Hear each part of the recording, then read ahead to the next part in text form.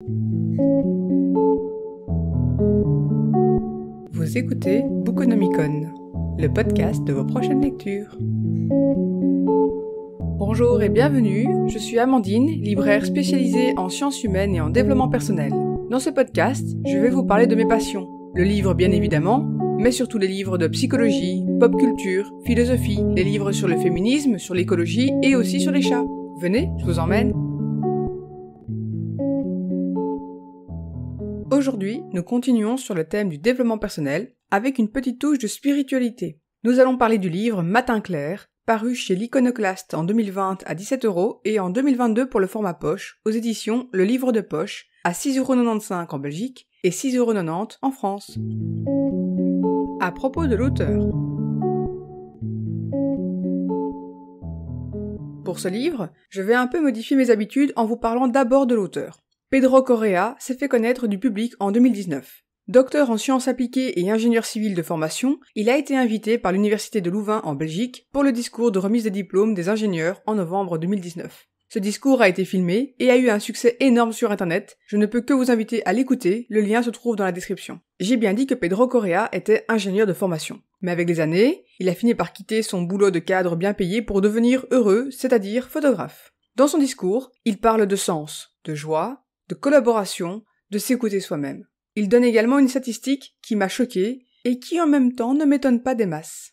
Depuis 2014, la Belgique dépense davantage d'argent pour les maladies longue durée, comprenez par là essentiellement dépression et burn-out, que pour les indemnités de chômage. Autrement dit, à l'heure actuelle, nous avons plus de chances de tomber malade à cause du travail que de ne pas trouver d'emploi. Petite parenthèse, j'ai un malin plaisir à révéler cette réalité des faits à tout étudiant qui croise ma route et qui s'inquiète de ne pas trouver un job après ses études.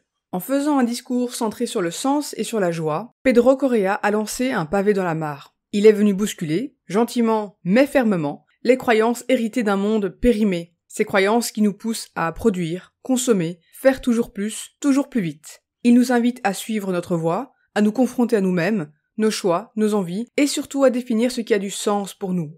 Je vais juste vous citer la fin de son discours, qui, même après plusieurs années, continue de résonner fortement en moi. Le monde n'a plus besoin de battants, de gens qui réussissent. Il a besoin de rêveurs, de personnes capables de reconstruire et de prendre soin. Et surtout, on a tous besoin aujourd'hui, plus que jamais, de gens heureux. Fin de citation. À propos du livre. Dans son livre, Pedro Correa continue dans la même lancée que son discours. Il nous parle de sa vie, de ses prises de conscience et du brusque décès de son père qui l'a amené là où il se trouve aujourd'hui. Ce que je vous raconte vous fait peut-être penser au livre présenté lors du dernier épisode, à savoir Les Antisèches du bonheur, écrit par Jonathan Lehman. Les deux livres sont à la fois similaires et profondément différents. Similaires car les deux livres nous parlent d'un homme ayant fait de belles études et ayant un bon job bien payé, qui a tout plaqué dans une tentative désespérée de remettre du sens dans sa vie. Les deux hommes ont perdu leur père, et cette perte a causé une énorme remise en question. Mais les deux livres sont différents. En ceci que Jonathan Lehman s'est engagé dans le développement personnel et a publié un livre nous livrant des clés et des pistes de réflexion, là où Pedro Correa s'est lancé dans l'art, la photographie pour être exact, et a écrit un livre davantage réflexif, contemplatif. Pedro Correa ne fait que nous parler de lui, de sa vie. Le livre est donc un témoignage. Mais quel témoignage! Normalement, je ne lis pas, ou si peu de témoignages, je n'aime pas du tout ce genre de texte. J'ai besoin d'apprendre quelque chose, donc s'il n'y a pas un minimum de réflexion dans le livre, ça ne m'intéresse pas. Mais le livre de Pedro Correa est une forme d'art en tant que tel, on voit vraiment sa sensibilité et sa fibre artistique. Ce livre, je l'ai ouvert pour le lire, et quand je l'ai refermé, je l'avais fini. Mes yeux n'ont pas pu se résoudre à le lâcher tant qu'il restait du texte. Il y a un passage qui m'avait marqué à l'époque, c'est le moment où Pedro Correa nous parle de sa démission et de la réaction de son supérieur. Et là, encore une fois, je ne résiste pas à la tentation de vous lire l'extrait. Lorsque je lui annonçai ma décision de démissionner, il me convoqua dans son bureau, extrêmement surpris. C'était un mercredi. Il était parti en vacances la semaine précédente. J'ai vu au cerne sous ses yeux, à ses cheveux ébouriffés, à sa barbe d'un jour et à sa cravate de travers que quelque chose n'allait pas. « Quelle merde !» s'est-il exclamé. Je suis rentré d'Italie dimanche, et avec la tonne d'ennuis qui me tombe dessus, après 2 jours, je suis déjà aussi stressé et fatigué qu'avant de partir. J'attendais la suite, silencieux. Et en plus de tout ça, j'apprends que tu veux nous quitter. Mais je ne comprends pas. Pourquoi voudrais-tu partir ? Je n'ai rien dit. Comment lui faire comprendre que la réponse à sa question se tenait devant moi ? Fin de citation. Ce passage a mis le doigt sur quelque chose qui me dérange de plus en plus. Le fait de « payer » entre guillemets, ses congés. À la fois en tant qu'indépendante et en tant que salariée, j'ai eu des boulots où prendre des congés était stressant. Avant les congés, il fallait tout organiser et la charge de travail était intense les jours avant, et en revenant de congé, la charge de travail était également intense car il y avait beaucoup de choses qui s'étaient accumulées. C'est un problème qui devient malheureusement relativement normal pour beaucoup de personnes, mais non, ce n'est pas normal. Notre société ne connaît plus de rythme. Parlons par exemple de la librairie. Il y a normalement un rythme en librairie. En septembre, la saison bat son plein entre rentrée scolaire et rentrée littéraire. Entre septembre, octobre et novembre, les grosses nouveautés de fin d'année sortent. Les grands auteurs, les enjeux des éditeurs, etc. Donc on reçoit des nouveautés par palette entière. En tant que libraire, la période est exaltante, car les éditeurs réservent leurs pépites pour cette période. C'est le moment où on se dit qu'on n'aura jamais assez d'une vie pour lire tout ça. Et ne parlons même pas de lire ça avant les fêtes pour pouvoir conseiller les clients. Bref, une période géniale, mais intense. En janvier, on pourrait croire que c'est calme, mais pas tant que ça.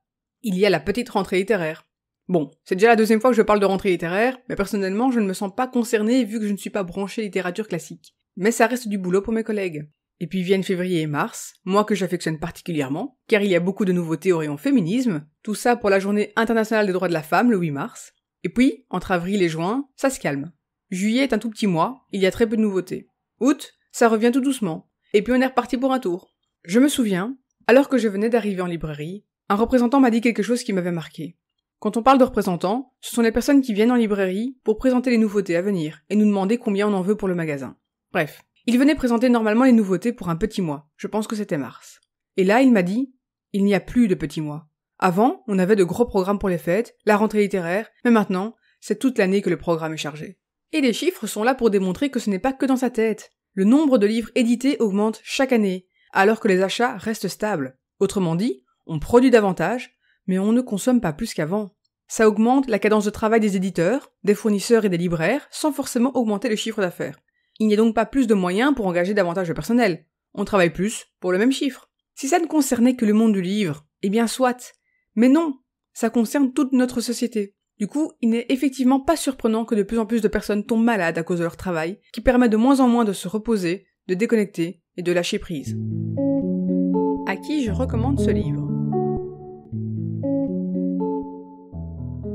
Je conseille ce livre à toute personne intéressée par le bien-être, la quête de sens, avec un fond de spiritualité. Si vous avez un projet, un rêve de gosse qui n'a pas eu la chance de se réaliser parce que la vie est passée par là, si vous faites un boulot qui ne vous épanouit pas, si vous sentez qu'il y a un décalage entre votre vie et vos aspirations, lisez ce livre. Voir quelqu'un qui a commis l'acte quasi répréhensible de s'écouter est contagieux. Ça ouvre une porte qui ne se referme jamais totalement. Et bien sûr, si vous connaissez quelqu'un qui est dans ce cas de figure, Matin clair est le livre idéal à offrir.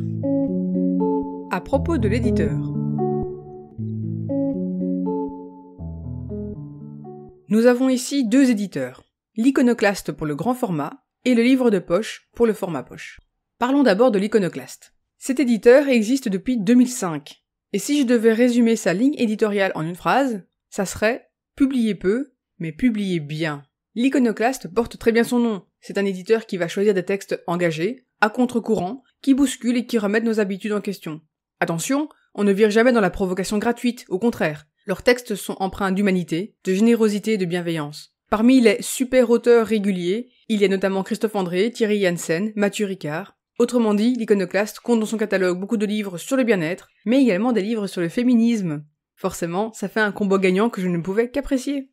Pour le format poche, l'éditeur est le livre de poche, aussi appelé LGF, pour Librairie Générale Française. Le livre de poche publie ses premiers livres en 1953. Avec toutes ces années d'existence, il a à son actif un catalogue très diversifié. C'est d'ailleurs le premier éditeur de poche en librairie. Comme beaucoup d'autres, le livre de poche se concentrait avant fortement sur la littérature pour se diversifier avec les années, tant et si bien que c'est un éditeur que l'on retrouve dans tous les rayons. Pourquoi parler de ce livre ? Je pense que vous avez compris que ce livre m'a beaucoup touchée. J'ai toujours été une bosseuse, une perfectionniste. Je n'ai pas d'enfant et je n'en veux pas. Mon travail occupe une place de choix dans ma vie et dans mes priorités. Avec les années, et les baffes qui vont avec, j'ai appris à relativiser, à mettre de la distance. Je suis d'ailleurs toujours en apprentissage. Plus le temps passe, plus je refuse que le boulot me coûte ma santé, mon bien-être. C'est étrange pour moi de dire ça, car pour moi, la santé c'est le travail, et le travail c'est la santé. Mais comme tout le reste dans la vie, c'est le dosage qui peut changer un comportement sain en un comportement toxique, nuisible. Matin clair permet d'amorcer une réflexion, une prise de distance par rapport à notre vie, notre situation et ce que l'on veut vraiment. Ce livre a titillé votre intérêt ? Vous trouverez toutes les références dans le descriptif pour aller le dénicher en bibliothèque ou en librairie. Et si je peux me permettre, n'oubliez pas la célèbre formule de Bea Johnson, acheter, c'est voter. Privilégiez une librairie indépendante à Amazon, vous ferez vivre une équipe de libraires passionnés du livre. Si vous avez des commentaires, des suggestions, des remarques, vous pouvez me contacter et me suivre sur Facebook, Instagram et sur YouTube. Pour les vacances de Pâques, je fais une petite pause. Nous nous retrouverons donc le 22 avril.